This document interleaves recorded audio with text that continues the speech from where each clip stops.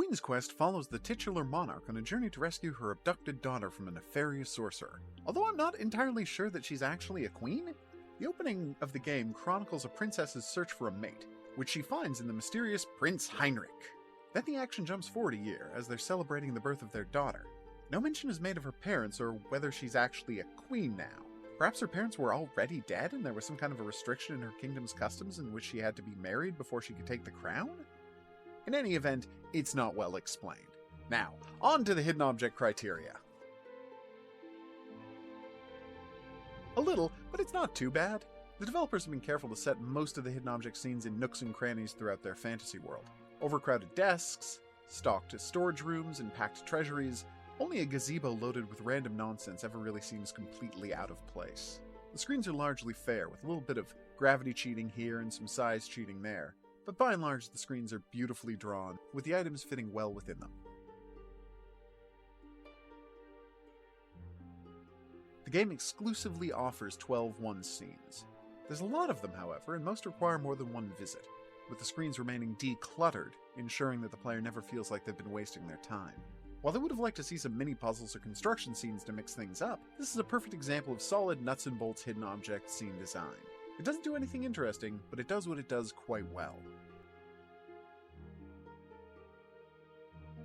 The game is broken up into 4 discrete sections, each one offering a set objective and unique collectible background item. The player will move between these 5 to 6 room areas, solving puzzles and finding hidden objects on the way to the Tower of Darkness, where the sorcerer who stole the royal baby and turned the prince into a statue prepares a nefarious ritual.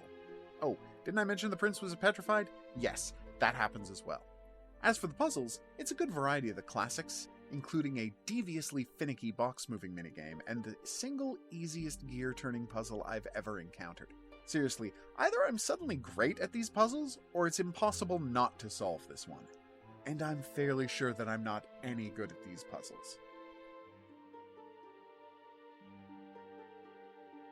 This is Mr. and Mrs. Piggy Bank, a set of animated piggy banks that the player is asked to reunite in exchange for a reward.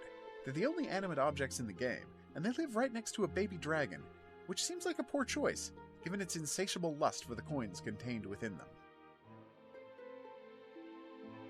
There is a collector's edition, but I don't know how essential it is. The wallpapers and downloadable music are both fine, but the bonus chapter is a bit of a letdown. Remember the petrified prince? He's still a statue at the end of the main game, which seems like a pretty huge loose end to go untied, especially since his fate isn't even mentioned as the credits roll. Rescuing him is the plot of the bonus chapter, but it takes just 10 minutes to complete, and features only a few puzzles. Strangely, the game introduces an entirely new mechanic, a looking glass that can reveal hidden objects in the world, and then employs it for just a single item search. Bizarre. With just 2 new screens and an abbreviated running time, if you have the option not to pay for the collector's edition, you probably shouldn't. With its beautiful art and relatively mild level of challenge, Queen's Quest is the perfect game for someone seeking a truly casual experience. Some of the translations are a little awkward, and there's a strange discordancy in which the voice actors never say exactly what the subtitles read, but by and large, it's a solid if unimpressive hidden object game. This review is based on a copy of the game purchased with my own money. If you'd like to watch the playthrough that led to this review, just click on the rectangle that allows you to do that. You can find other hidden object game reviews elsewhere on this playlist. Au revoir.